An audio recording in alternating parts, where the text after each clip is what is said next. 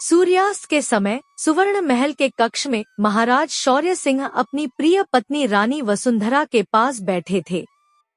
महल के पत्थरों पर सूर्य की सुनहरी किरणें पड़ती थी और कमरे को एक स्वर्णिम आभा से नहला देती थी।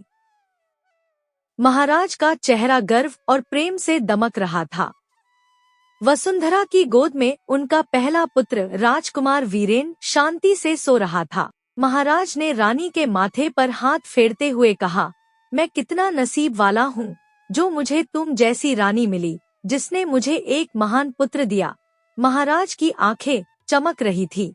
एक ऐसा पुत्र जो आगे चलकर मेरी राजगद्दी को संभालेगा और एक ऐसे शक्तिशाली राज्य की स्थापना करेगा जिसके ऊपर किसी की आंख उठाने की हिम्मत नहीं होगी। रानी वसुंधरा मुस्कुराईं। उनके चेहरे पर एक हल्की सी चिंता की लकीर थी जो उनकी आंखों में छिपी थी। उन्होंने अपने पेट पर हाथ फेरा जहां उनका दूसरा बच्चा पल रहा था। महाराज ने उनकी आंखों में झांकते हुए कहा, और मुझे पूरा विश्वास है कि हमारा यह दूसरा पुत्र भी अपने भाई की तरह ही बहुत शक्तिशाली बनेगा। रानी ने अपनी भौहें सिकोड़ते हुए कहा, लेकिन महाराज, अगर पुत्र के स्थान पर पुत्री हुई तो? महाराज हंसे, ऐसा हो ही नहीं सकता। मैंने हमारे राजगुरु से पूछा है, जो किसी को देखकर उनका भविष्य बता सकते हैं। तुम्हें तो याद ही होगा। महाराज ने रानी का हाथ थामते हुए कहा कि हमारे बड़े पुत्र की भविष्यवाणी भी तो उन्हीं ने की थी और उनका भविष्य आज तक कभी गलत नहीं हुआ है। रानी वसुंधरा ने गहरी सांस ली। तो क्या उन्होंने यह भी कहा कि हमारा यह दूसरा पुत्र भी आगे चलकर एक महान योद्धा बनेगा? महाराज कुछ क्षण मौन रहे। फिर उन्होंने आत्मविश्वास से भरकर कहा, अरे नहीं रानी साहिबा, ऐसा तो उन्होंने नहीं कहा, पर यह मेरा बेटा है, एक महान राजा का महान बेटा। उनकी आवाज में गर्व झलक रहा था। यह हो ही नहीं सकता कि यह मेरे जैसा ना बने। महाराज रानी के माथे पर एक प्यारा सा चुंबन देते हैं। अरे रानी साहिबा, तुम इतनी चिंता क्यों करती हो? अगर यह योद्धा ना बन पाया तो हमारा बड़ा बेटा है ना, वो सब संभाल लेगा। अब तुम सो जाओ और इस पर चिंतित ना हो। रानी की आंखों में एक अजीब सी चमक आई, मानो वो कुछ जानती थी जो महाराज नहीं जानते थे। फिर भी उन्होंने मुस्कुराकर सिर हिलाया और आंखें बंद कर ली। 1 महीने बाद एक भव्य तारामय रात में, जब आकाश में असंख्य तारे जगमगा रहे थे, महल में एक नवजात बालक के रोने की आवाज गूंजी। रानी वसुंधरा ने एक स्वस्थ पुत्र को जन्म दिया था। महाराज शौर्य सिंह अपने दूसरे पुत्र को देखकर फूले नहीं समा रहे थे। बच्चे की नन्ही आंखें उन्हें किसी गहरे समुद्र की याद दिला रही थी और रहस्यमय, इसका नाम धीरज होगा, महाराज ने घोषणा की, क्योंकि यह धीरज और साहस के साथ जीवन का सामना करेगा। रानी ने अपने छोटे पुत्र को देखा और उसके माथे पर प्यार से हाथ फेरा। उनके मन में एक विचित्र विचार आया, क्या यह बालक वाकई वह बनेगा जो उसके पिता चाहते हैं, या फिर कुछ और, कुछ विशेष? 8 वर्ष बीत गए। राजकुमार वीरेन अब 13 वर्ष के हो गए थे। एक सुंदर बलिष्ठ किशोर जो अपने पिता की तरह ही वीर और साहसी था। वह युद्ध कौशल में निपुण हो चुका था और अपनी उम्र के किसी भी युवक से कहीं अधिक ताकतवर था। महल के प्रांगण में वीरेन तलवारबाजी का अभ्यास कर रहे थे। उनके चारों ओर सैनिक घेरा बनाकर खड़े थे, उनकी वीरता से प्रभावित। राजकुमार सच में कितने ताकतवर हैं, एक सैनिक ने दूसरे से कहा। इतनी छोटी सी उम्र में ही 4 मुस्तंडों को आराम से पछाड़ देते हैं, ऊपर से वे विशाल कदकाठी के भी हैं। दूसरा सैनिक मुस्कुराया, इसमें तो कोई शक नहीं कि अगला महाराज हमारे बड़े राजकुमार ही बनेंगे। वो तो है, तीसरे सैनिक ने कहा, पर तुम्हें यह नहीं भूलना चाहिए कि छोटे राजकुमार धीरज भी कम नहीं है। यह भी तो हो सकता है कि वे इनसे भी ज्यादा शक्तिशाली हो। पहला सैनिक हंसा, हाँ, कुछ भी हो सकता है, पर मैं तो हमेशा बड़े राजकुमार का ही साथ दूंगा। हाँ, दूसरे ने समर्थन किया, और हमें यह भी नहीं भूलना चाहिए कि हमारे राजगुरु ने पहले ही भविष्यवाणी कर दी है कि बड़े राजकुमार ही बनेंगे अगले राजा, क्योंकि उनमें राजा बनने के सारे गुण मौजूद हैं। उधर महल के पुस्तकालय में 5 वर्षीय राजकुमार धीरज एक भारी पुस्तक में डूबे हुए थे। उनका नन्हा चेहरा गंभीरता से पुस्तक पर झुका हुआ था और उनकी आंखें पन्नों पर तेजी से दौड़ रही थी। उनके आसपास राज्य के 8 महान विद्वान, जिन्हें अष्टदिग्गज कहा जाता था, विस्मय से देख रहे थे। यह असाधारण है, एक विद्वान ने दूसरे से फुसफुसाकर कहा। इस उम्र में इतनी समझ, वह जिस तरह से पुस्तक का अर्थ समझ रहा है, वह तो हम जैसे अनुभवी विद्वानों को भी चुनौती देता है। दूसरे विद्वान ने सिर हिलाया। हाँ, लेकिन महाराज इसे गुप्त रखना चाहते हैं। वे नहीं चाहते कि किसी को पता चले कि छोटे राजकुमार में कितनी असाधारण प्रतिभा है। क्यों? तीसरे ने पूछा। सुरक्षा के लिए, पहले ने जवाब दिया। राजगुरु ने भविष्यवाणी की है कि छोटे राजकुमार की बुद्धि उनके लिए खतरा बन सकती है। महल में कई आंखें हैं जो इस बालक को नुकसान पहुंचाना चाहेंगी। इसी समय धीरज ने पुस्तक से अपनी नजर उठाई और विद्वानों की ओर देखा। उनकी आंखों में एक विलक्षण चमक थी, एक ऐसी चमक जो बताती थी कि वह उनकी हर बात सुन और समझ रहे थे। क्या आप मुझे न्याय दर्शन की अगली पुस्तक दिखा सकते हैं? धीरज ने मीठी आवाज में पूछा। मुझे यह विषय बहुत रोचक लगता है। विद्वानों ने एक दूसरे को देखा, फिर एक ने आगे बढ़कर पुस्तक दी। अवश्य राजकुमार, लेकिन यह बहुत जटिल है। धीरज मुस्कुराए। चिंता मत कीजिए, मैं समझ जाऊंगा। अचानक महल के अंदर से एक दासी दौड़ती हुई आई। जाओ जाओ, जल्दी जाओ और राजवैद्य को बुला के लाओ। महारानी के पेट में पीड़ा हो रही है। वीरेन, जो अभी भी प्रांगण में थे, यह सुनकर चौंक गए। क्या कहा? माँ ठीक तो है ना? मैं अभी जाता हूँ और राजवैद्य को लेकर आता हूँ। नहीं रुकिए राजकुमार, एक सैनिक ने कहा। आप यहीं रहिए, हम लेकर आते हैं राजवैद्य जी को। तीनों सैनिक तेजी से राजवैद्य को बुलाने गए और एक सैनिक महाराज के पास गया उन्हें यह खबर देने। महाराज खबर सुनते ही दौड़े चले आए। राजवैद्य और उनके साथ 2 महिला चिकित्सक भी आ गए थे। वे दोनों महारानी के कक्ष में गए और राजवैद्य बाहर ही रुके। आप चिंता न करें, राजवैद्य ने महाराज से कहा। उनकी आंखों में विश्वास था। बहुत ही जल्द आपको एक खुशखबरी सुनने को मिलेगी। वीरेन, जो अब महाराज के पास खड़े थे, चिंता से पूछा। वैद्य जी, माँ ठीक तो है ना? राजवैद्य ने एक वात्सल्यपूर्ण मुस्कान के साथ उत्तर दिया। हाँ बेटा, तुम चिंता मत करो, बस धैर्य रखो। धीरज भी अब वहाँ आ गए थे। उनके हाथ में अभी भी वह न्याय दर्शन की पुस्तक थी। उन्होंने कुछ नहीं कहा, बस शांति से खड़े होकर अपने पिता और भाई को देखते रहे। कुछ क्षणों बाद एक नवजात शिशु के रोने की आवाज सुनाई दी। थोड़ी ही देर बाद एक महिला चिकित्सक शिशु को लेकर बाहर आई। मुबारक हो, उसने प्रसन्नता से कहा। आपको बेटा हुआ है। महाराज की आंखें खुशी से चमक उठीं। वीरेन ने उछलकर अपने पिता को गले लगा लिया। और मेरी माँ? धीरज ने धीरे से पूछा। उनकी आवाज में चिंता थी। वो कैसी हैं? वो भी ठीक है, चिकित्सक ने आश्वस्त किया।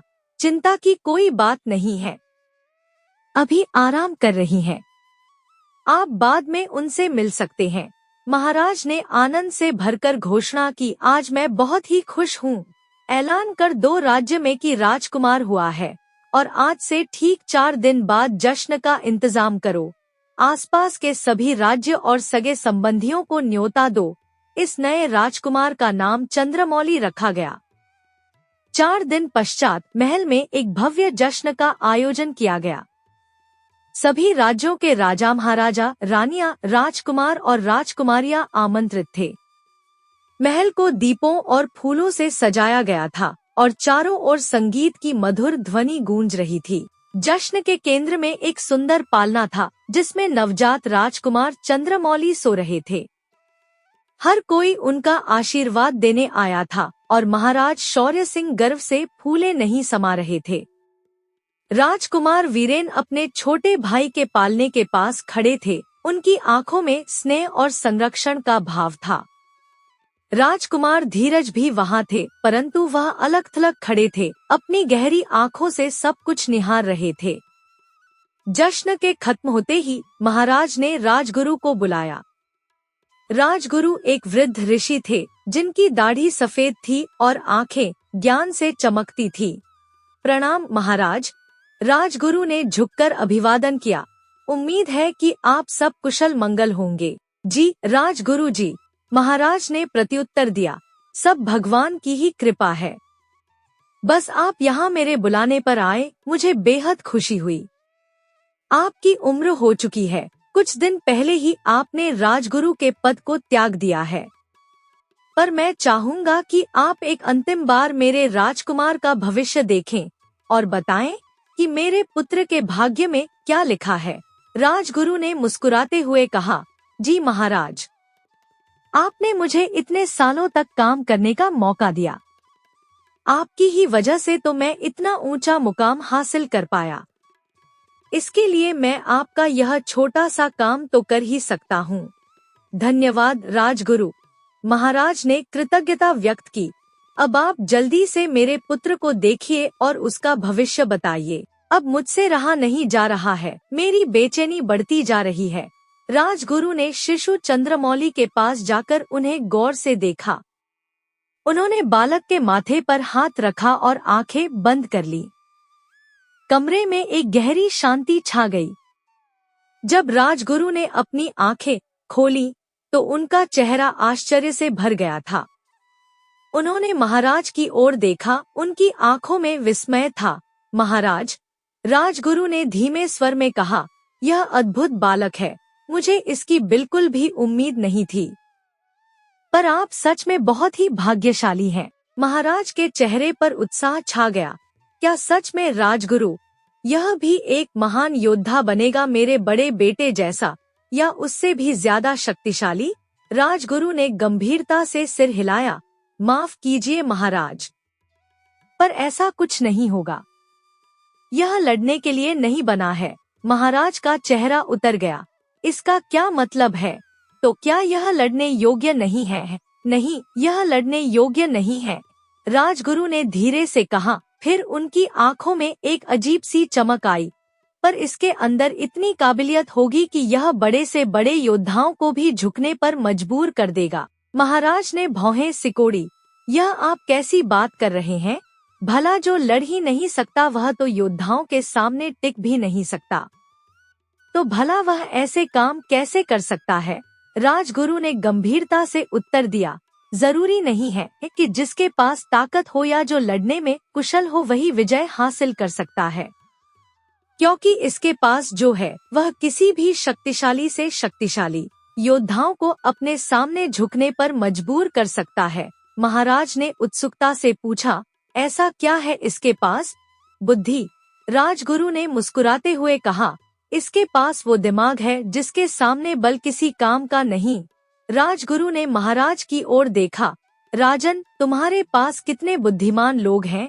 जी, मेरे पास दुनिया के सबसे श्रेष्ठ बुद्धिमानों में से पूरे 8 दिग्गज हैं, महाराज ने गर्व से उत्तर दिया। जिनकी बुद्धि के आगे सब सर झुकाते हैं, उन्हीं की वजह से हमारा यह राज्य इतना विकसित हुआ है। तो जल्दी ही अब उन 8 दिग्गजों की जरूरत नहीं पड़ेगी, राजगुरु ने भविष्यवाणी की, क्योंकि यह बालक उन 8 दिग्गजों से भी कई गुना बुद्धिमान बनेगा। महाराज की आंखें विस्मय से फैल गईं। क्या आप सच कह रहे हैं? राजगुरु ने गंभीरता से कहा। तुम्हें मेरी बात पर भरोसा नहीं?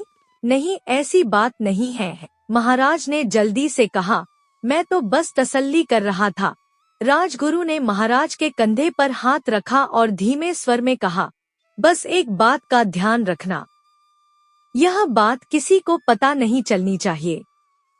सबसे यह कहना कि इसके अंदर कोई काबिलियत नहीं है। महाराज ने आश्चर्य से पूछा, पर ऐसा क्यों राजगुरु? राजगुरु ने अपनी आवाज और भी धीमी कर दी, क्योंकि इस राजमहल के अंदर ही तुम्हारे कई दुश्मन मौजूद हैं। अगर यह बात पता चली तो छोटे राजकुमार के जीवन को खतरा हो सकता है। महाराज ने गंभीरता से सिर हिलाया। जी, मैं इस बात का ध्यान रखूंगा। राजगुरु वहां से चले गए। जब सबने महाराज से पूछा राजकुमार चंद्रमौली की काबिलियत के बारे में, तो उन्होंने यही कहा कि उनके अंदर कोई काबिलियत नहीं है, वो बस एक आम राजकुमार है। वीरेन को यह सुनकर अच्छा नहीं लगा। वे अपने पिता के पास गए और पूछा, पिताजी, क्या सच में मेरे भाई के पास कोई काबिलियत नहीं है? महाराज ने अपने बड़े पुत्र की आंखों में देखा, उनमें चिंता और प्यार था। वीरेन ने आगे कहा, अगर ऐसा सच में है तो मैं उसकी रक्षा करूंगा। अपनी अंतिम सांस तक उसे एक खरोंच तक नहीं आने दूंगा। महाराज ने अपने बेटे के कंधे पर हाथ रखा, उनकी आंखों में गर्व था। शाबाश बेटा, मुझे तुमसे यही उम्मीद थी। छोटे राजकुमार का ध्यान रखना, क्योंकि वो तुम्हारा अपना भाई है, प्यारा सा, मासूम सा। समझे?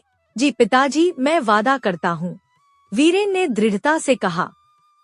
उधर दरवाजे के पास खड़े छोटे राजकुमार धीरज ने यह सब देखा और सुना। उनके चेहरे पर एक विचित्र मुस्कान थी, मानो वे सब कुछ समझ रहे हों।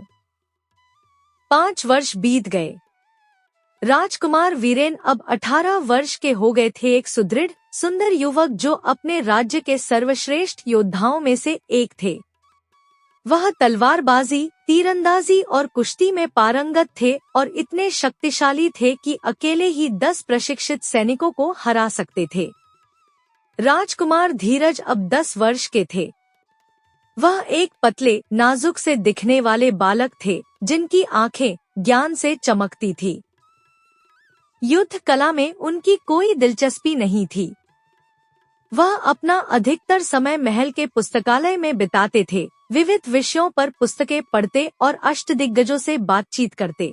राजकुमार चंद्रमौली 5 वर्ष के थे, एक चंचल, हंसमुख बालक जिसकी आंखों में हमेशा उत्सुकता रहती थी। वह अपने दोनों बड़े भाइयों का अनुसरण करते थे, भी वीरेन के साथ तलवार चलाने की कोशिश करते तो कभी धीरज के साथ पुस्तकालय में बैठकर चित्र देखते। एक दिन महल के प्रांगण में वीरेन अपने युद्ध कौशल का प्रदर्शन कर रहे थे। चारों ओर लोग उन्हें देखने के लिए इकट्ठा हुए थे। वीरेन ने अपनी तलवार से हवा में तेज वार किए, फिर एक चपल मुद्रा में घूमकर एक काल्पनिक प्रतिद्वंद्वी को परास्त किया। तभी छोटे राजकुमार चंद्रमौली ने उत्साह से ताली बजाई और चिल्लाए, वाह भैया, मैं भी आप जैसा बनूंगा। वीरेन ने मुस्कुराकर अपने छोटे भाई को उठा लिया और हवा में उछाला, निश्चित रूप से मेरे छोटे योद्धा, एक दिन तुम मुझसे भी महान योद्धा बनोगे। दूसरी ओर राजकुमार धीरज ने यह दृश्य देखा और मुस्कुराए। वह प्रांगण के किनारे एक पत्थर पर बैठे थे, उनके हाथ में एक खुली पुस्तक थी। वीरेन ने धीरज की ओर देखा और पूछा, भाई, क्या तुम भी आज तलवारबाजी सीखना चाहोगे? धीरज ने विनम्रता से सिर हिलाया, नहीं भैया, आप जानते हैं कि मेरा हाथ तलवार के लिए नहीं बना है, मुझे तो पुस्तकों से ही प्यार है। वीरेन ने जोर से हंसते हुए कहा, तुम हमेशा अपनी ही धुन में रहते हो। क्या तुम्हें लगता है कि युद्ध में पुस्तकें तुम्हारी रक्षा करेंगी? धीरज ने शांति से जवाब दिया, शायद नहीं भैया, पर अक्सर बुद्धि से युद्ध को टाला जा सकता है, और अगर युद्ध अनिवार्य है तो बुद्धि से ही विजय भी पाई जा सकती है। वीरेन ने सिर हिलाया, उन्हें अपने भाई की बातें समझ में नहीं आई थी। उन्होंने चंद्रमौली को नीचे उतारा और बोले, चलो छोटे योद्धा, मैं तुम्हें लकड़ी की तलवार से वार करना सिखाता हूँ। धीरज मुस्कुराए और फिर से अपनी पुस्तक में खो गए। वह जानते थे कि उनके पिता और भाई उन्हें कभी नहीं समझेंगे। उन्होंने अपने छोटे भाई चंद्रमौली की ओर देखा और सोचा, क्या वह भी एक योद्धा बनना चाहेगा या फिर ज्ञान का मार्ग चुनेगा? समय ही बताएगा। एक शाम महाराज शौर्य सिंह ने राजकुमार धीरज को अपने कक्ष में बुलाया। कक्ष में मशालें जल रही थी और महाराज अपने सिंहासन पर बैठे थे। प्रणाम पिताश्री। धीरज ने अपने पिता को प्रणाम किया। आपने मुझे बुलाया। महाराज ने अपने पुत्र को देखा। 10 वर्ष की उम्र में भी धीरज के चेहरे पर एक गंभीरता थी जो उनकी उम्र से कहीं अधिक परिपक्व लगती थी। आओ धीरज आओ, महाराज ने कहा, मैंने तुम्हें कुछ विशेष बात के लिए बुलाया है। धीरज अपने पिता के सामने खड़े हो गए, अपनी बड़ी जिज्ञासु आंखों से उन्हें निहारते हुए। एक बात बताओ, महाराज ने पूछा, क्या तुम्हें युद्ध में किसी प्रकार की दिलचस्पी नहीं है? धीरज ने बिना झिझके उत्तर दिया, नहीं पिताजी, ना मुझे युद्ध में किसी प्रकार की दिलचस्पी है और ना ही राजा बनने में। महाराज मुस्कुराए, उनकी आंखों में एक अजीब सी चमक थी। तुमसे यही उम्मीद थी। तो जरा बताओ कि आखिर तुम्हें किस चीज में दिलचस्पी है? धीरज की आंखें चमक उठीं। मुझे लोगों की सेवा करना है पिताजी। जब लोग अपनी दुविधा लेकर दरबार में आते हैं तो मुझे उनकी मदद करने की इच्छा होती है। धीरज ने एक गहरी सांस ली। और मुझे रणनीति बनाने में भी काफी दिलचस्पी है। अगर हो सके तो मैं चाहूंगा कि हमारी सेना मेरी बनाई हुई रणनीति को अपनाए। महाराज ने अपने पुत्र के कंधे पर हाथ रखा। जैसा मैंने सोचा था। ठीक है, लेकिन इन सब चीजों के लिए तुम अभी बहुत छोटे हो। अगर तुम्हें भी मेरे अष्ट दिग्गजों में से एक बनना है तो तुम्हें काफी मेहनत करनी पड़ेगी। बुद्धिमान लोगों के साथ रहकर उनसे अनुभव लेना पड़ेगा जो कि तुम कर सकते हो। महाराज की आंखों में एक गंभीर भाव आया। लेकिन उससे भी महत्वपूर्ण, तुम्हें शिक्षा ग्रहण करने के लिए गुरुकुल जाना पड़ेगा। धीरज ने आश्चर्य से अपने पिता को देखा। महाराज ने आगे कहा, तुम्हें अपने घर से 10 सालों के लिए दूर रहना पड़ेगा। लेकिन अगर तुमने सारी परीक्षा पार कर ली तो तुम उससे पहले भी घर आ सकते हो। महाराज ने अपने बड़े पुत्र का उदाहरण दिया। तुम्हें पता है, तुम्हारा बड़ा भाई तो 6 साल में ही अपनी शिक्षा पूर्ण करके घर लौट आया था। अब देखने वाली बात यह है कि तुम कितने सालों में घर आते हो। धीरज ने गंभीरता से सिर हिलाया। जी, मैं समझ गया पिताजी।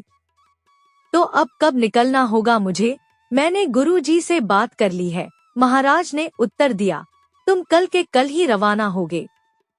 अब जाओ और जाकर जाने की तैयारी कर लो। पर मैं तो तैयार हूँ, धीरज ने शांति से कहा। महाराज ने आश्चर्य से भौहें उठाईं। तैयार हो? क्या तुम्हें पहले से ही पता था कि मैं तुम्हें गुरुकुल भेजने वाला हूँ? धीरज ने मासूमियत से जवाब दिया। हाँ, मुझे भैया ने बताया था कि वह भी 5 साल की उम्र में गुरुकुल गए थे और मेरी भी उम्र गुरुकुल जाने की हो चुकी है। तो मुझे पता था कि आप कभी ना कभी तो कहेंगे ही।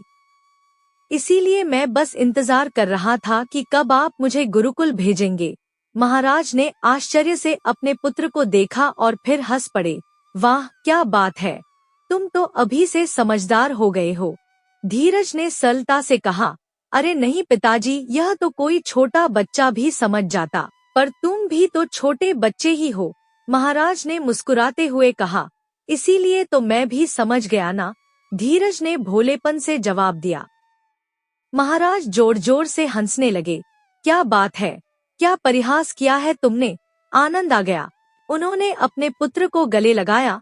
मुझे तुम्हारी काफी याद आएगी बेटा। अपना ध्यान रखना। आप भी पिताजी। धीरज ने अपने पिता को गले लगाया। मैं वादा करता हूँ, मैं जब लौटूंगा तो आपको गर्व होगा मुझ पे। और फिर हम दोनों मिलकर ढेर सारी बातें करेंगे। महाराज की आंखें नम हो गईं। ठीक है, मैं अपने छोटे से लाल को कैसे मना कर सकता हूँ। जब तुम वापस आओगे तब हम मिलकर ढेर सारी बातें करेंगे। वादा रहा मेरा। अगले दिन एक सुनहरी सुबह में राजकुमार धीरज एक भव्य रथ पर सवार होकर गुरुकुल की ओर निकल गए। पूरा राज परिवार और महल के लोग उन्हें विदा करने के लिए इकट्ठा हुए थे। वीरेन ने अपने छोटे भाई को गले लगाया। अपना ध्यान रखना छोटे भाई, और जल्दी वापस आना। महारानी वसुंधरा ने अपने बेटे को आशीर्वाद दिया और उनके माथे पर चुंबन किया। मेरा पुत्र, सफलता तुम्हारे साथ हो। छोटे राजकुमार चंद्रमौली भी वहाँ थे। उनकी आंखें आंसुओं से भरी थीं। धीरज भैया, मुझे भी ले चलो, धीरज ने अपने छोटे भाई को प्यार से गले लगाया। अभी नहीं छोटे भाई, तुम भी एक दिन जाओगे, तब तक तुम पिताजी और माताजी का ध्यान रखना, ठीक है? चंद्रमौली ने नाराजगी से सिर हिलाया। धीरज ने आखिरी बार अपने पिता की ओर देखा, जो गंभीरता से खड़े थे। महाराज ने सिर हिलाकर आशीर्वाद दिया। धीरज ने अपने परिवार को प्रणाम किया और फिर रथ पर सवार होकर चल दिए। जैसे जैसे रथ दूर जाता गया, वह अपने परिवार की ओर मुड़ मुड़ कर देखते रहे। उनकी आंखों में एक अजीब सी चमक थी, मानो वे जानते हों कि अगली बार जब वे लौटेंगे तो सब कुछ बदल चुका होगा। गुरुकुल की ओर जाते हुए धीरज अपने मन में अनेक विचारों को संजोए हुए थे। वे अपने जीवन के एक नए अध्याय की ओर बढ़ रहे थे, एक ऐसा अध्याय जिसमें उन्हें अपनी वास्तविक क्षमताओं को दिखाने का अवसर मिलेगा। कई दिनों की यात्रा के बाद धीरज गुरुकुल पहुँचे। गुरुकुल एक विशाल वन के बीच स्थित था, जहाँ प्राचीन वृक्षों के बीच छोटे छोटे कुटीर बने थे। यहाँ विद्यार्थी रहते थे और विविध विषयों पर ज्ञान प्राप्त करते थे। जैसे ही धीरज गुरुकुल पहुँचे, उन्होंने गुरुदेव को प्रणाम किया। प्रणाम गुरुदेव। गुरुदेव ने आशीर्वाद देते हुए कहा, आइए राजकुमार, आपकी ही प्रतीक्षा थी। गुरुदेव एक वृद्ध ऋषि थे, जिनकी दाढ़ी सफेद थी और आंखें ज्ञान से चमकती थी। उन्होंने धीरज को अपने कुटीर में आमंत्रित किया और उन्हें चाय पिलाई।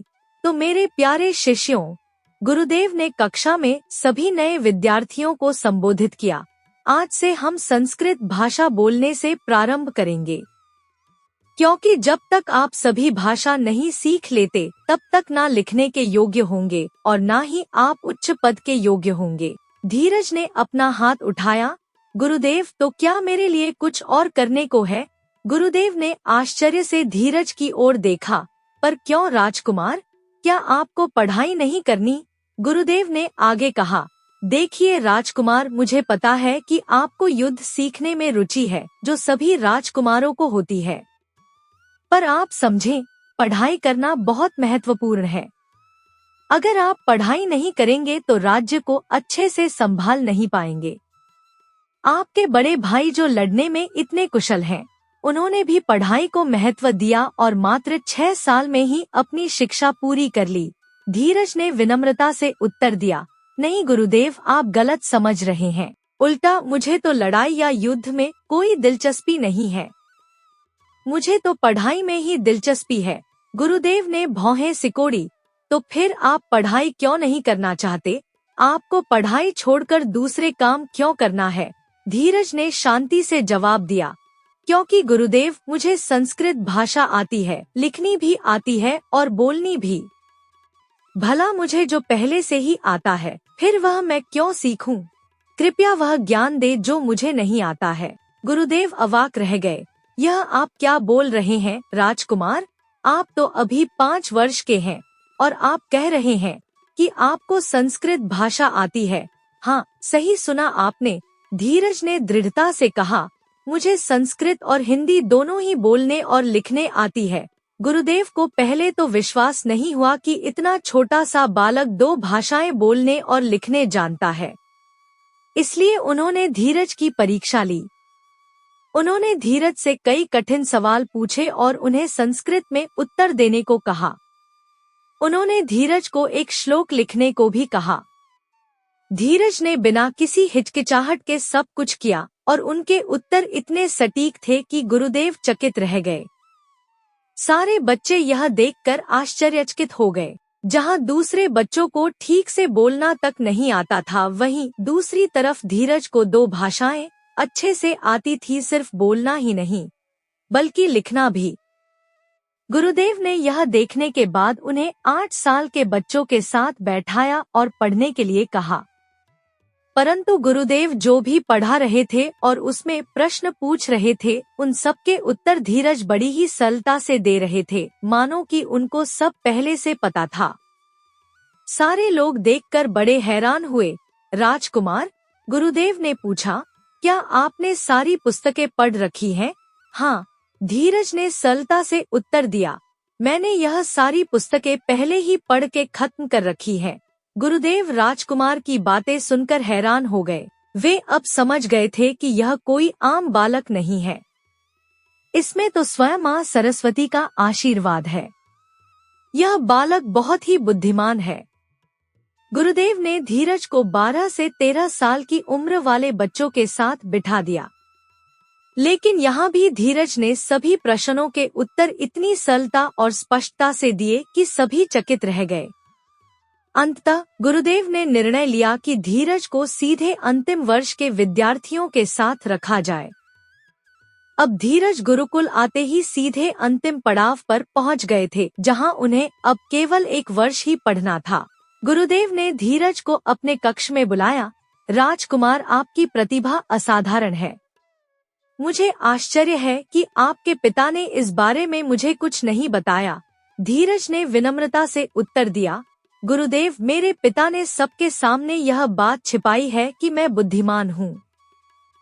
उन्होंने मुझसे कहा था कि यह गुप्त रखना है, क्योंकि इससे मुझे खतरा हो सकता है। गुरुदेव ने समझदारी से सिर हिलाया। आपके पिता बुद्धिमान है। राजनीति में कभी कभी ऐसा करना पड़ता है। ठीक है, मैं भी इस रहस्य को बनाए रखूंगा, लेकिन यहाँ मैं आपको आपकी क्षमता के अनुसार शिक्षा दूंगा। इस प्रकार धीरज ने गुरुकुल में अपनी शिक्षा शुरू की। उन्होंने विविध विषयों का अध्ययन किया, व्याकरण, दर्शन, गणित, ज्योतिष, आयुर्वेद और राजनीति। हर विषय में वे अपने सहपाठियों से आगे थे और गुरुदेव के प्रश्नों के उत्तर इतनी सरलता और स्पष्टता से देते थे कि सभी चकित रह जाते थे। 1 वर्ष में धीरज ने वह सब सीख लिया जो आमतौर पर 10 वर्षों में सिखाया जाता था। उनकी प्रतिभा ने गुरुदेव को इतना प्रभावित किया कि उन्होंने धीरज को अपना विशेष आशीर्वाद दिया और उन्हें गुरुकुल का सर्वश्रेष्ठ विद्यार्थी घोषित किया। वहीं दूसरी तरफ जब धीरज गुरुकुल में अपनी शिक्षा प्राप्त कर रहे थे, सुदूरवर्ती राज्य अंबरपुर के राजा दुर्गसिंह ने कसजोड़ राज्य पर आक्रमण करने की योजना बनाई।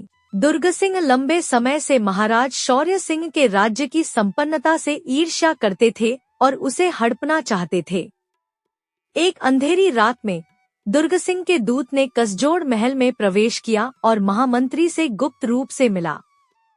महामंत्री, जिसका नाम चंद्रशेखर था, राज्य का सबसे विश्वसनीय व्यक्ति माना जाता था और महाराज शौर्य सिंह का दाहिना हाथ था।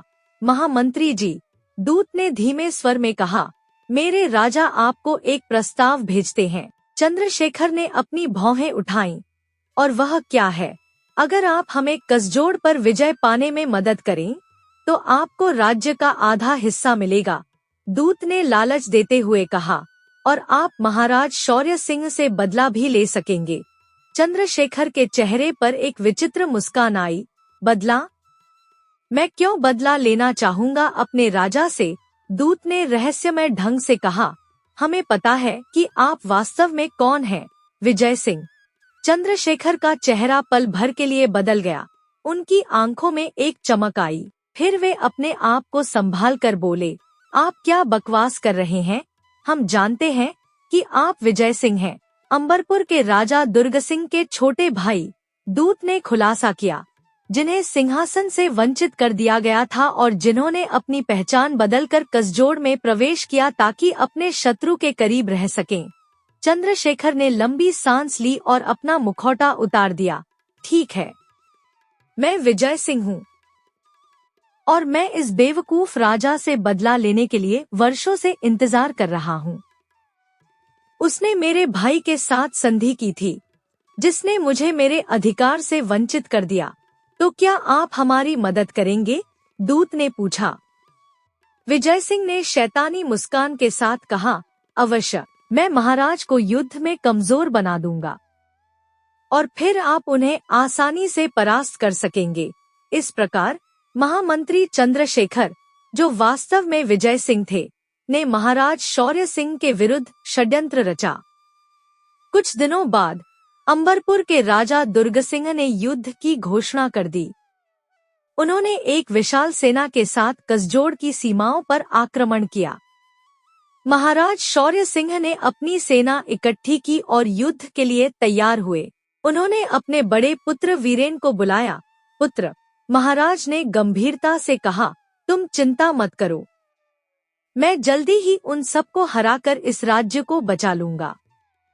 तब तक तुम मेरे पीछे अपनी माँ और राजमहल का ध्यान रखना। वीरेन ने अपने पिता के सामने घुटने टेके। जी पिताश्री, जैसा आप कहें। आप निश्चिंत होकर युद्ध में जाएं, क्योंकि जब तक मैं जिंदा हूँ तब तक माँ को और इस राज्य को कोई परिंदा भी नहीं छू सकता। अब यह राज्य और इस राज्य की सारी जिम्मेदारी मेरी है, मैं सब संभाल लूंगा। महाराज शौर्य सिंह ने अपने पुत्र के सिर पर हाथ रखा और उसे आशीर्वाद दिया। फिर वे अपने महामंत्री चंद्रशेखर के साथ युद्ध के लिए निकल गए, जबकि राजकुमार वीरेन ने राज्य की बागडोर संभाली। युद्ध के मैदान में महाराज शौर्य सिंह ने अपनी सेना का नेतृत्व किया और अंबरपुर की सेना से लोहा लिया। वे एक कुशल योद्धा थे और उनकी तलवार आज भी उतनी ही तेज थी जितनी उनके जवानी के दिनों में थी। लेकिन युद्ध के दौरान महाराज ने महसूस किया कि उनका शरीर उनका साथ नहीं दे रहा था। उन्हें चक्कर आ रहे थे और उनकी दृष्टि धुंधली हो रही थी। उन्होंने अपने आसपास देखा और महामंत्री चंद्रशेखर को खोजा, लेकिन वह कहीं नहीं दिखे।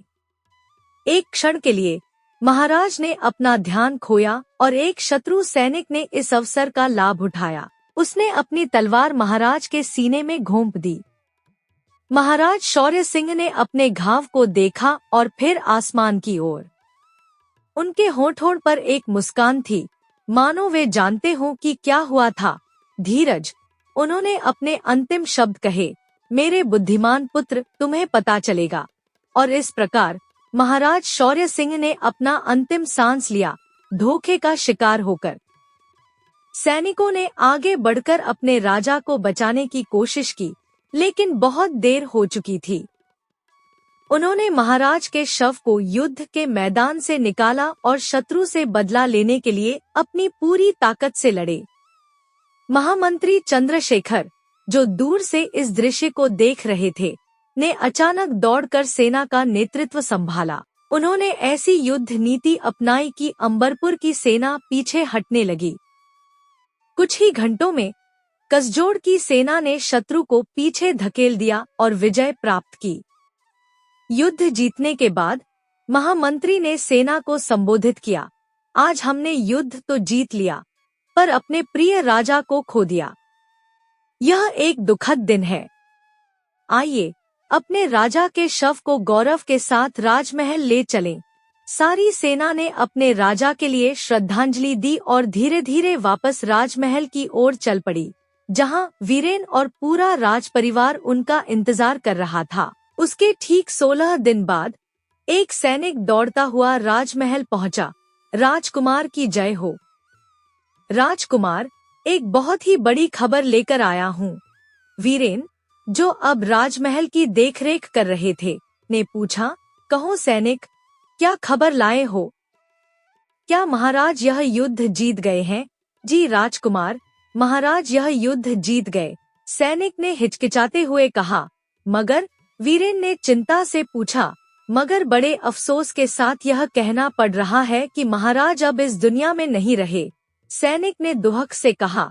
क्या? वीरेन ने असमंजस में पूछा। क्या कहा तुमने? जी राजकुमार, सैनिक ने स्पष्ट किया।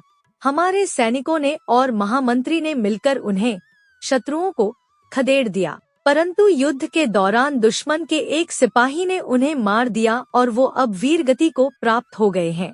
वीरेन के चेहरे पर विश्वास का भाव नहीं था। ये नहीं हो सकता। भला कोई मामूली सा सैनिक मेरे महान पिता को कैसे मार सकता है? यह हो ही नहीं सकता। यह असंभव है। पर यही सत्य है राजकुमार, सैनिक ने दृढ़ता से कहा। वीरेन ने अपनी तलवार निकाली और सैनिक की ओर बढ़े। पर अगर यह बात सच निकली तो तुम्हारा सर धड़ से अलग कर दिया जाएगा, समझे? सैनिक ने डरते हुए सिर झुकाया। जी राजकुमार।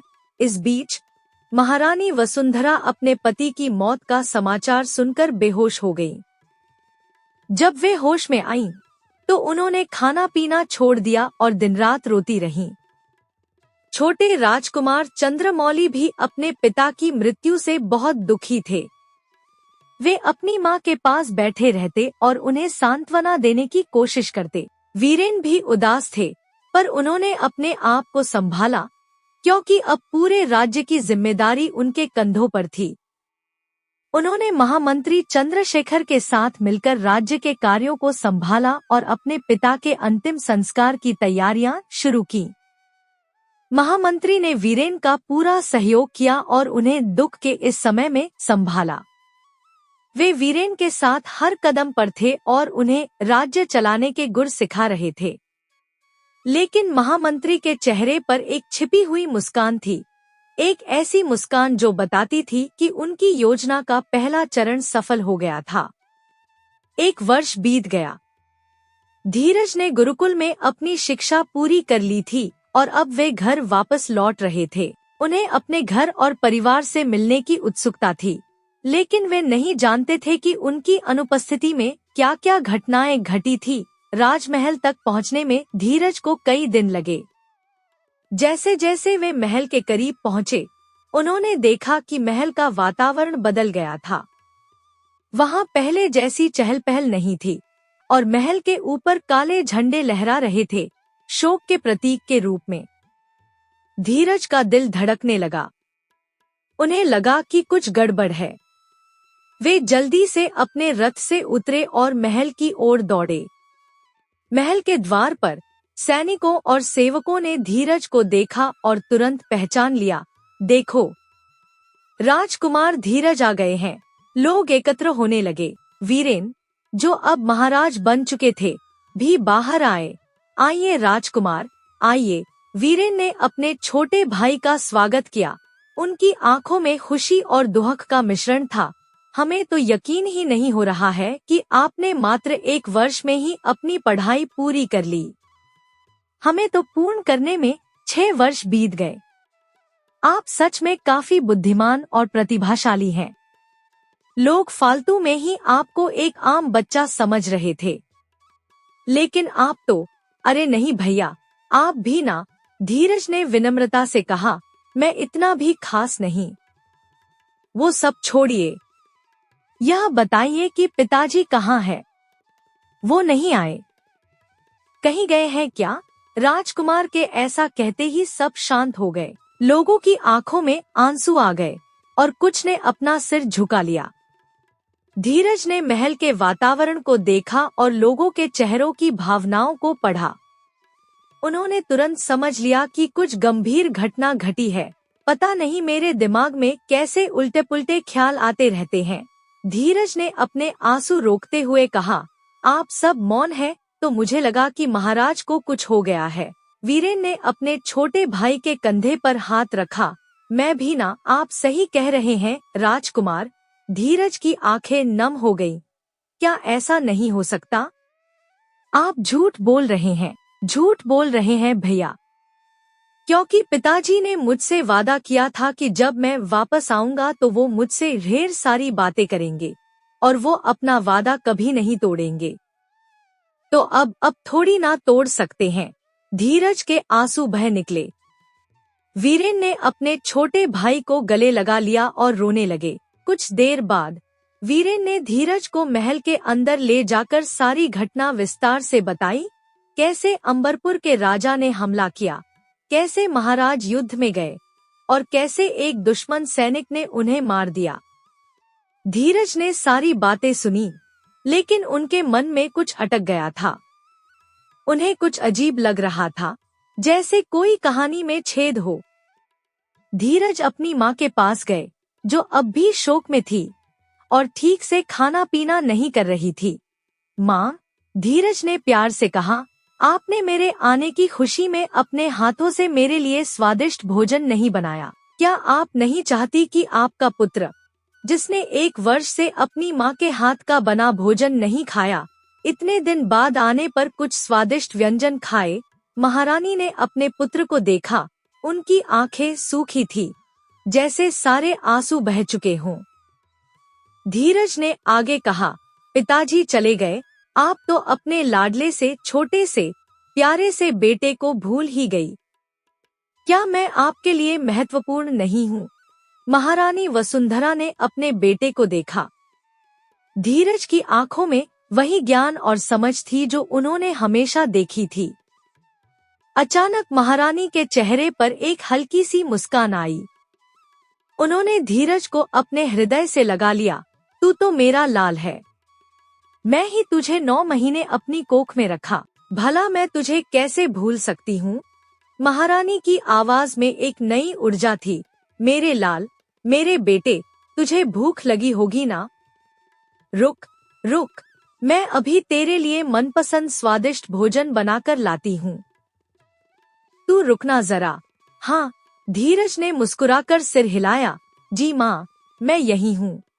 महारानी को फिर से पहले जैसा देखकर सभी लोग बहुत खुश हो गए। यह देखकर सभी को बड़ी प्रसन्नता हुई कि धीरज अपनी माँ को उनके दुहक से बाहर निकालने में सफल रहे। लेकिन धीरज को कुछ ठीक नहीं लग रहा था।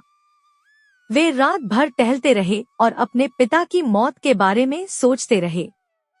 उन्होंने अपने पिता को जाना था। वे एक कुशल योद्धा थे जिन्होंने अनेक युद्ध जीते थे। ऐसे महान योद्धा को कोई मामूली सैनिक कैसे मार सकता था?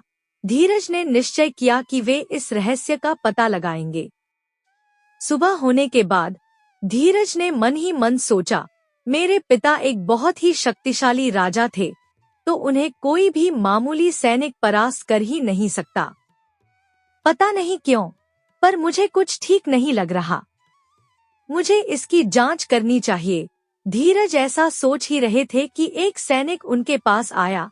राजकुमार, महाराज ने आपको सभा में बुलाया है। धीरज चौंके।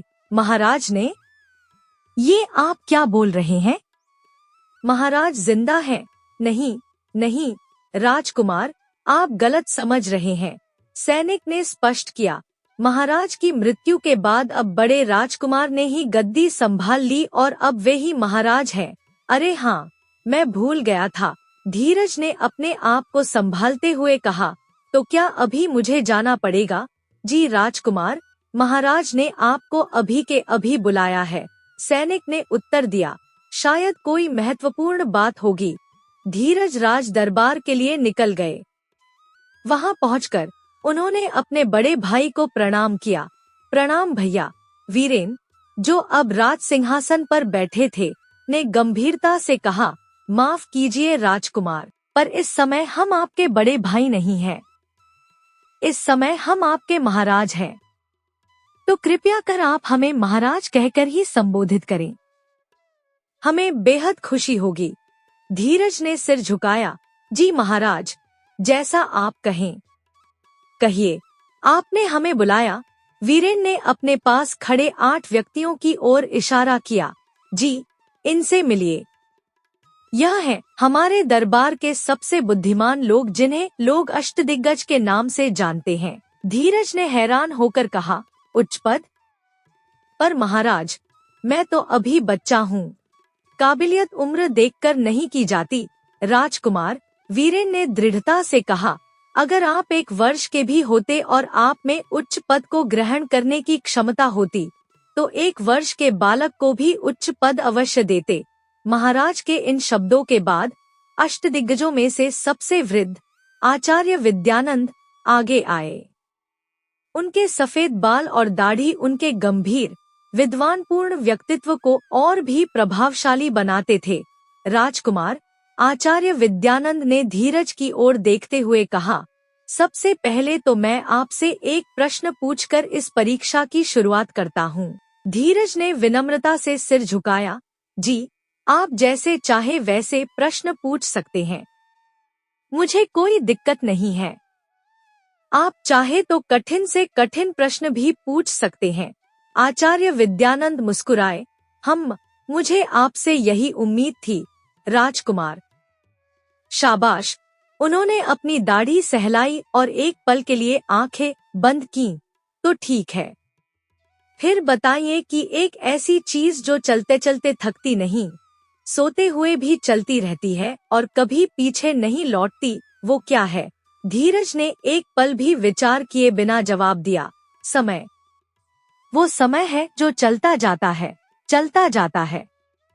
आप सोए हो या जगे हुए हो, और समय कभी भी पीछे नहीं लौटता। आचार्य विद्यानंद ने प्रशंसा में सिर हिलाया, सही जवाब, राजकुमार। मुझे आपसे यही उम्मीद थी। पर याद रखिए, यह तो अभी शुरुआत है। आपको इससे भी कठिन से कठिन प्रश्नों के उत्तर देने होंगे। जी, मुझे पता है, धीरज ने आत्मविश्वास से कहा, मैं इसके लिए तैयार हूँ। आप सब केवल अपने प्रश्न पूछें।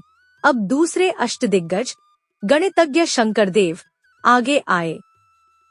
उनकी आंखें तेज थी और माथे पर बुद्धि की रेखाएं स्पष्ट दिखाई दे रही थी।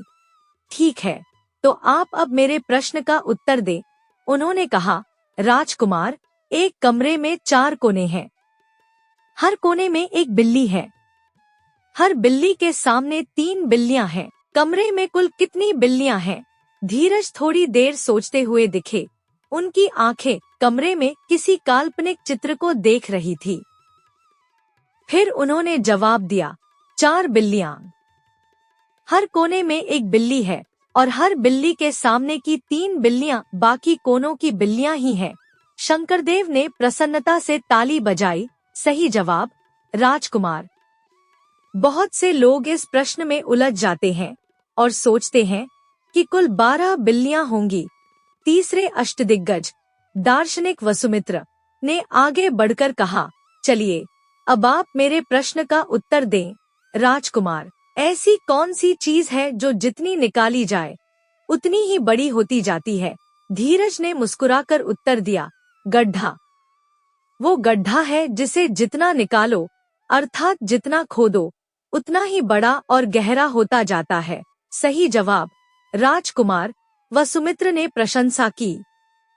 इसी प्रकार बाकी के अष्टदिग्गजों ने भी अपने अपने प्रश्न पूछे। न्यायशास्त्री धर्मपाल ने न्याय संबंधी प्रश्न, आयुर्वेदाचार्य चरक ने चिकित्सा संबंधी प्रश्न, ज्योतिषाचार्य बृहस्पति ने ज्योतिष संबंधी प्रश्न, राजनीतिज्ञ चाणक्य ने राजनीति संबंधी प्रश्न और युद्ध विशारद रंजय ने युद्ध नीति संबंधी प्रश्न। धीरज ने सभी प्रश्नों के उत्तर इतनी सरलता और स्पष्टता से दिए कि सभी अष्टदिग्गज आश्चर्यचकित रह गए।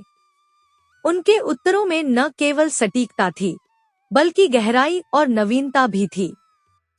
कई बार उन्होंने ऐसे उत्तर दिए जो अष्टदिग्गजों के लिए भी नए विचार थे। परीक्षा समाप्त होने के बाद सभी अष्टदिग्गजों ने एक दूसरे की ओर देखा और फिर विद्यानंद ने आगे बढ़कर वीरेन से कहा, महाराज, राजकुमार धीरज ने हमारी परीक्षा में पूर्ण अंकों के साथ सफलता प्राप्त की है। हमें यह कहते हुए गर्व हो रहा है कि इनमें उच्च पद संभालने की अद्भुत क्षमता है। हम सर्वसम्मति से अनुशंसा करते हैं कि इन्हें राज्य के महामंत्री के पद पर नियुक्त किया जाए। वीरेन ने प्रसन्नता से अपने भाई की ओर देखा, तो ठीक है। अब हम यह घोषणा करते हैं कि आपको एक उच्च पद मिले जिसके आप अधिकारी हैं। आप राज्य के नए महामंत्री होंगे।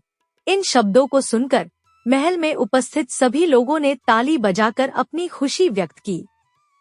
लेकिन धीरज के चेहरे पर चिंता का भाव आ गया। नहीं, रुकिए महाराज, धीरज ने हाथ उठाकर कहा, मैं अभी यह पद नहीं ग्रहण कर सकता। मुझे भी एक बहुत ही महत्वपूर्ण काम है जिसे करना बहुत ही जरूरी है। तो क्या आप तब तक रुक सकते हैं?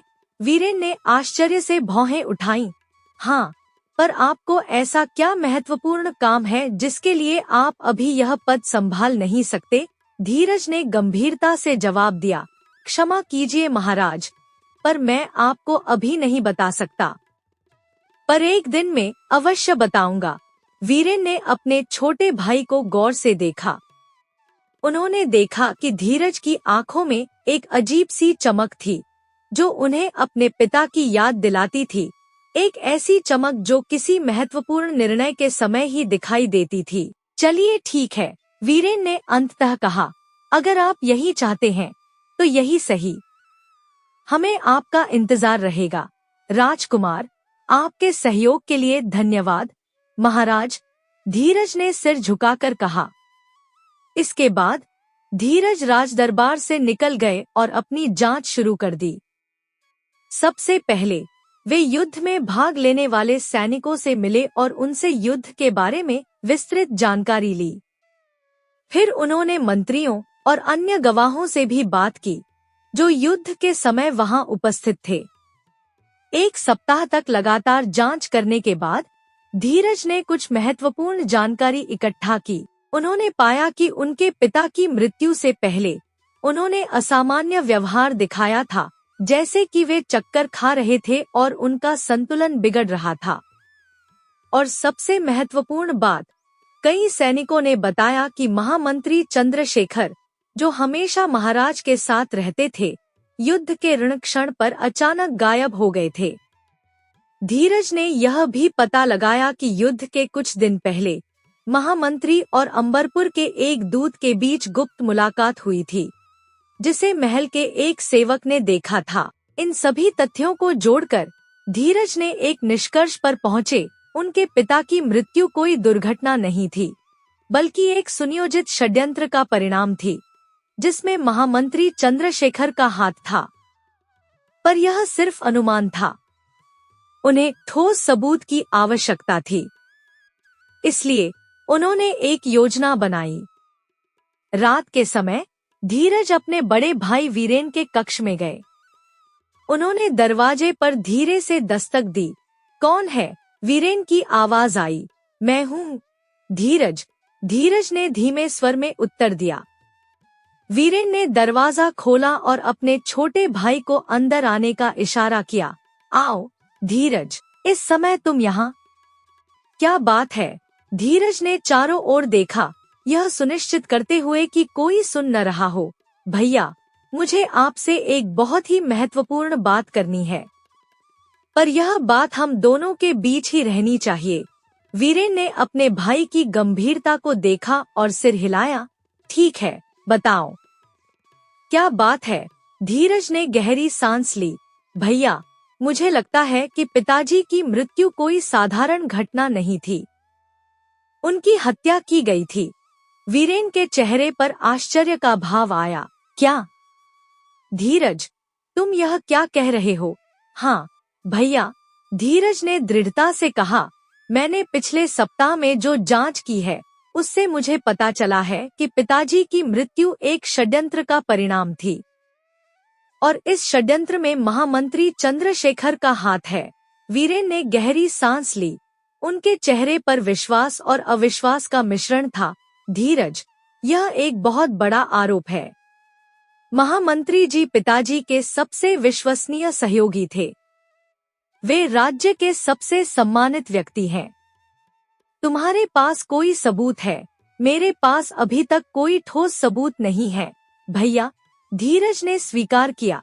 लेकिन मुझे कई ऐसे संकेत मिले हैं जो इस ओर इशारा करते हैं, और मुझे एक योजना सूझी है जिससे हम सच्चाई तक पहुंच सकते हैं। वीरेन ने अपने भाई को ध्यान से देखा। धीरज के चेहरे पर एक ऐसा विश्वास था जो उन्हें प्रभावित कर रहा था। ठीक है धीरज, मैं तुम्हारी बात सुनूंगा। बताओ, तुम्हारी योजना क्या है? धीरज ने अपनी योजना बताई, एक ऐसी योजना जो चतुराई और साहस की मांग करती थी। अगले दिन वीरेन ने महल के सभी प्रमुख लोगों को एक विशेष बैठक के लिए बुलाया। इस बैठक में अष्टदिग्गज, सेनापति और महामंत्री चंद्रशेखर भी शामिल थे। सभा कक्ष में सभी उपस्थित हो गए।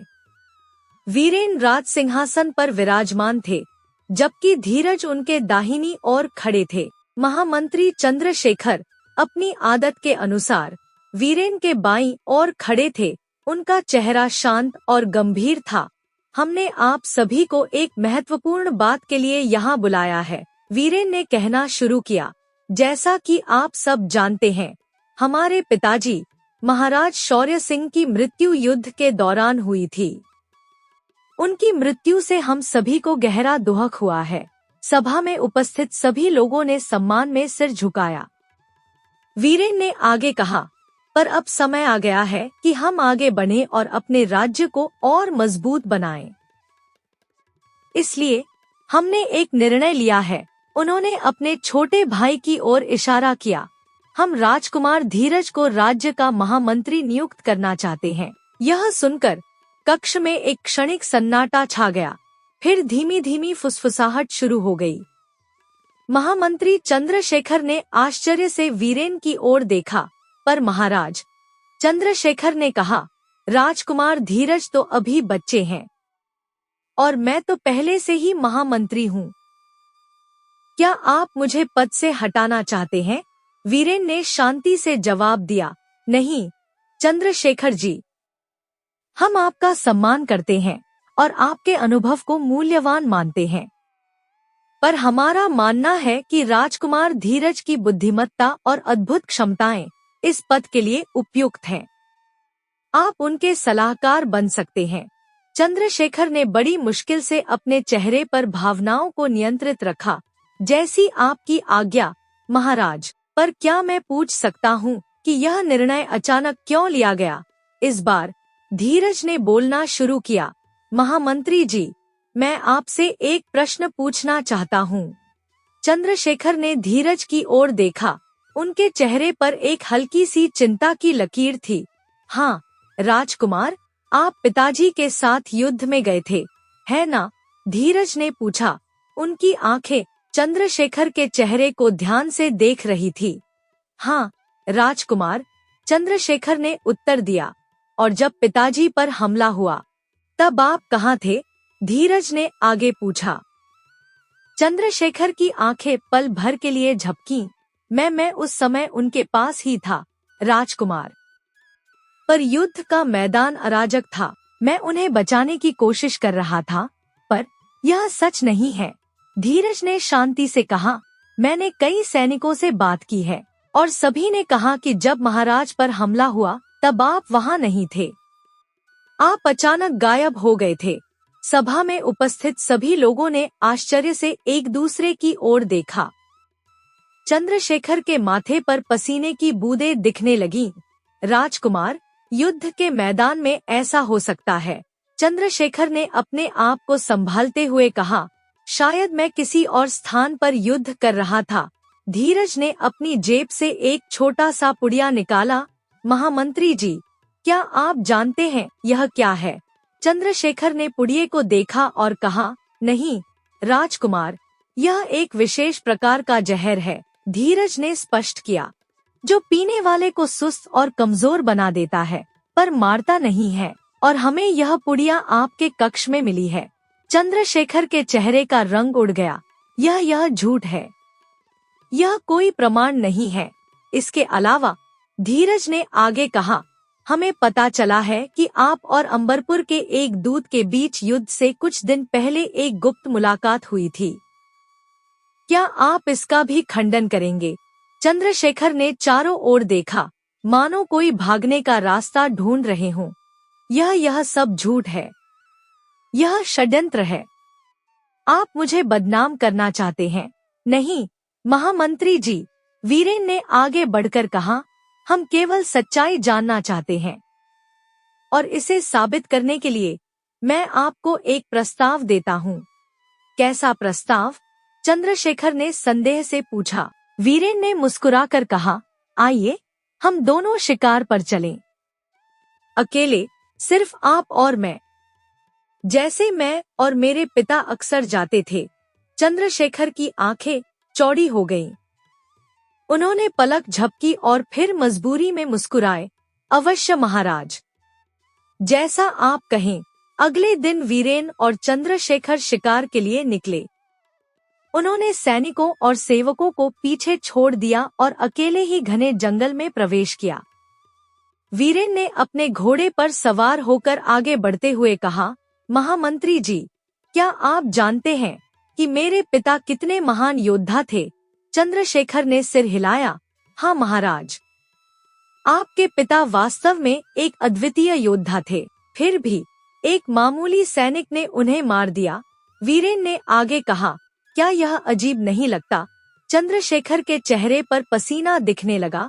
युद्ध में ऐसा हो सकता है महाराज, कभी कभी सबसे महान योद्धा भी एक क्षण की असावधानी के कारण हार जाते हैं। वीरेन ने अपने घोड़े को रोका और चंद्रशेखर की ओर देखा, या फिर उन्हें धोखा दिया जाता है। चंद्रशेखर के चेहरे पर एक अजीब सी मुस्कान आई। महाराज, आप क्या कहना चाहते हैं, मैं जानता हूँ। चंद्रशेखर, वीरेन ने धीरे से कहा, मैं जानता हूँ कि तुमने मेरे पिता को विष दिया था, जिससे वे युद्ध में कमजोर पड़ गए, और फिर तुमने उन्हें उस सैनिक के हाथों मरने के लिए छोड़ दिया। चंद्रशेखर का चेहरा अचानक बदल गया। उनकी आंखों में एक क्रूर चमक आई और वे जोर से हंसने लगे। क्या आप सोचते हैं कि मैं इतना मूर्ख हूँ? महाराज, मैंने पहले ही अनुमान लगा लिया था कि आप और आपका छोटा भाई मेरे बारे में संदेह कर रहे हैं। वीरेन ने अपनी तलवार निकाली। तो तुम स्वीकार करते हो? हाँ, मैं स्वीकार करता हूँ। चंद्रशेखर ने अपनी तलवार निकालते हुए कहा, मैंने तुम्हारे पिता को विष दिया, उन्हें कमजोर किया, और फिर देखा कि कैसे वे एक मामूली सैनिक के हाथों मारे गए।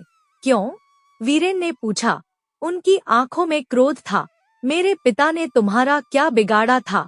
चंद्रशेखर ने एक क्रूर मुस्कान के साथ उत्तर दिया, क्योंकि मैं चंद्रशेखर नहीं हूँ, मैं विजय सिंह हूँ, अंबरपुर के राजा दुर्ग सिंह का छोटा भाई। तुम्हारे पिता ने मेरे भाई के साथ एक ऐसी संधि की थी जिसने मुझे मेरे अधिकारों से वंचित कर दिया। मैंने सालों से इस बदले की योजना बनाई थी। वीरेन के चेहरे पर आश्चर्य का भाव आया। तुम विजय सिंह हो? हाँ, विजय सिंह ने जोर से कहा। और अब तुम भी अपने पिता के पास जाओगे? विजय सिंह ने अपनी तलवार से वीरेन पर हमला किया। वीरेन ने अपनी तलवार से उनके हमले को रोका और एक कदम पीछे हट गए। तुम्हें लगता है कि तुम मुझे हरा सकते हो? तुम्हारे पिता मुझसे कहीं अधिक कुशल थे, विजय सिंह ने शैतानी मुस्कान के साथ कहा। और देखो, वे कहाँ हैं, और तुम भी उनके जैसे ही मूर्ख हो, अकेले शिकार पर आए। मृत्यु के मुंह में वीरेन मुस्कुराए, पर मैं अकेला नहीं हूँ। अचानक चारों ओर से सैनिक प्रकट हुए। सभी के हाथों में तलवारें थी। झाड़ियों से धीरज भी बाहर निकले। उनके चेहरे पर विजय का भाव था। तुमने मेरे पिता को धोखा दिया था, धीरज ने कहा, पर हम तुम्हें धोखा दे रहे हैं। हम पहले से ही जानते थे कि तुम कौन हो, और हमने यह जाल बिछाया था ताकि तुम अपना सच स्वीकार करो। विजय सिंह चारों ओर देखते हुए पीछे हटने लगे। नहीं, यह नहीं हो सकता, चारों ओर से घिरे हो विजय सिंह, वीरेन ने कहा। अब भागने का कोई रास्ता नहीं है। विजय सिंह ने जल्दी से अपनी पीठ के पीछे छिपाए गए कटार को निकाला और वीरेन की ओर फेंक दिया। पर वीरेन ने चपलता से अपना सिर एक तरफ झुकाया और कटार उनके बगल से निकल गई। यह सब कुछ बदल नहीं देगा, विजय सिंह ने क्रोध से कहा। मेरा भाई अंबरपुर का राजा है, वह मुझे बचाने के लिए पूरी सेना भेज देगा। दुर्ग सिंह के पास अब कोई सेना नहीं है, धीरज ने शांति से कहा। जबकि तुम यहाँ अपना खेल खेल रहे थे, हमने अंबरपुर के व्यापारियों और लोगों से गुप्त संधि की है। उन्होंने अपने क्रूर राजा के विरुद्ध विद्रोह कर दिया है। दुर्ग सिंह अब तुम्हारी मदद नहीं कर सकता। विजय सिंह के चेहरे पर अविश्वास का भाव आया। यह झूठ है। नहीं, यह सच है, वीरेन ने अपनी तलवार उठाते हुए कहा। और अब तुम्हें हमारे पिता की हत्या के लिए न्याय का सामना करना होगा। सैनिकों ने विजय सिंह को पकड़ लिया और उसे बांध दिया। उसे जंजीरों में जकड़कर राजमहल लाया गया, जहां उसे अधिकारियों के सामने पेश किया गया। सार्वजनिक न्यायालय में विजय सिंह ने अपने अपराध स्वीकार किए। कैसे उसने अपनी पहचान बदली, कैसे वह कसजोड़ में घुसा, कैसे उसने महाराज शौर्य सिंह का विश्वास जीता, और कैसे उसने अंततः उनकी हत्या की योजना बनाई और उसे अंजाम दिया। विजय सिंह को अपने अपराधों के लिए मृत्युदंड दिया गया, पर वीरेन, जो अब एक न्यायप्रिय राजा थे, ने उसे क्षमा कर दिया और उसे आजीवन कारावास की सजा दी। महाराज शौर्य सिंह की मृत्यु के 1 वर्ष बाद कसजोड़ राज्य में शांति और समृद्धि लौट आई थी। महाराज वीरेन ने अपने पिता के पदचिह्नों पर चलते हुए राज्य को सुदृढ़ और संपन्न बनाने का कार्य किया। उनके छोटे भाई धीरज अब राज्य के महामंत्री थे और अपनी अद्भुत बुद्धिमत्ता से राज्य को नई ऊंचाइयों पर ले जा रहे थे। एक शाम राजमहल के बगीचे में वीरेन और धीरज एक साथ बैठे थे, सूरज के डूबने का दृश्य देख रहे थे। पिताजी आज बहुत खुश होते, वीरेन ने धीरे से कहा, देखकर कि हमने राज्य को कैसे संभाला है। धीरज ने मुस्कुराकर अपने भाई की ओर देखा। हाँ भैया, वे निश्चित रूप से गर्व करते। वीरेन ने अपने भाई के कंधे पर हाथ रखा। मुझे पता नहीं था कि तुम इतने बुद्धिमान हो धीरज। तुमने वह किया जो मैं कभी नहीं कर पाता। तुमने विजय सिंह के षड्यंत्र को पहचाना और उसे उसके ही जाल में फंसाया। धीरज ने विनम्रता से सिर झुकाया। भैया, मैंने केवल वही किया जो मेरा कर्तव्य था और मुझे आपका समर्थन मिला, जिसके बिना मैं कुछ भी नहीं कर पाता। तुम हमेशा से विनम्र रहे हो, वीरेन ने प्यार से कहा, पर मैं जानता हूँ कि तुम्हारी बुद्धि किसी भी बल से कहीं अधिक शक्तिशाली है। पिताजी सही थे, तुम वास्तव में विशेष हो। धीरज हंसे। और आप भी भैया, आप एक महान योद्धा हैं और अब एक महान राजा भी। हम दोनों ने अपने अपने रास्ते चुने हैं और दोनों ही राज्य की सेवा कर रहे हैं। इसी समय छोटे राजकुमार चंद्रमौली, जो अब 6 वर्ष के हो गए थे, दौड़ते हुए आए और अपने दोनों बड़े भाइयों के बीच बैठ गए। भैया, आप दोनों क्या बातें कर रहे हो? वीरेन ने चंद्रमौली को गोद में उठा लिया। हम बात कर रहे थे कि कैसे हर व्यक्ति में कोई न कोई विशेष गुण होता है। कोई ताकत से महान होता है तो कोई बुद्धि से, और मेरे विशेष गुण क्या है? चंद्रमौली ने उत्सुकता से पूछा। धीरज ने अपने छोटे भाई के बालों को सहलाते हुए कहा, तुम्हारे विशेष गुण? वो तो समय ही बताएगा छोटे भाई, पर मुझे लगता है कि तुम हम दोनों का सर्वश्रेष्ठ मिश्रण होगे, विवेक और साहस, बुद्धि और ताकत। चंद्रमौली ने मुस्कुराते हुए अपने दोनों भाइयों को गले लगा लिया। मैं तुम दोनों जैसा बनना चाहता हूँ। वीरेन और धीरज एक दूसरे की ओर देखकर मुस्कुराए। उन्होंने अपने छोटे भाई को प्यार से देखा, जिसमें भविष्य के एक महान राजा के बीज दिखाई दे रहे थे। समय बीतता गया। महाराज वीरेन और महामंत्री धीरज की जोड़ी इतनी सफल रही कि कसजोड़ आसपास के सभी राज्यों में सबसे समृद्ध और शक्तिशाली राज्य बन गया। लोग उनके न्याय और बुद्धिमत्ता की प्रशंसा करते थे। महारानी वसुंधरा, जो अब अपने पति के शोक से उबर गई थी, अपने तीनों पुत्रों को देखकर गर्व से भर जाती थी। वे अक्सर कहती थी, शौर्य सिंह होते तो कितने प्रसन्न होते देखकर कि हमारे तीनों पुत्र अपने अपने तरीके से महान हैं। और धीरज हमेशा गर्व से जवाब देते, पिताजी हमेशा हमारे साथ हैं माँ। वे हमें देख रहे हैं और हमारा मार्गदर्शन कर रहे हैं। वीरेन, धीरज और चंद्रमौली की कहानी पूरे राज्य में प्रसिद्ध हो गई। 3 भाइयों की कहानी, जिन्होंने अपने अपने विशिष्ट गुणों से अपने राज्य और लोगों की सेवा की। उनकी कहानी आने वाली पीढ़ियों को प्रेरित करती रही, यह सिखाते हुए कि सच्ची शक्ति केवल शारीरिक बल में नहीं, बल्कि बुद्धि, विवेक और करुणा में भी होती है। और इस प्रकार कसजोड़ राज्य में एक नए सुनहरे युग की शुरुआत हुई, एक ऐसे युग की जिसमें बुद्धि का बल तलवार की धार से कहीं अधिक तेज साबित हुआ। यह कहानी सिखाती है कि सच्ची शक्ति का स्रोत हमेशा बाहरी बल नहीं होता।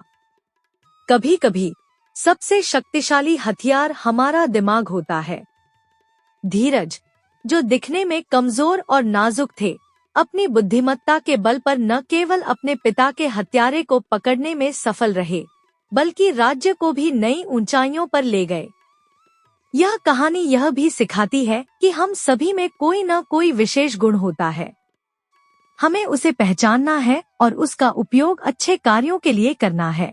और अंत में यह कहानी हमें याद दिलाती है कि जीवन में सबसे मूल्यवान शक्ति है प्रेम और एकता की शक्ति। वीरेन और धीरज ने एक दूसरे के गुणों का सम्मान करते हुए और एक दूसरे का समर्थन करते हुए अपने राज्य को संपन्न और सुरक्षित बनाया।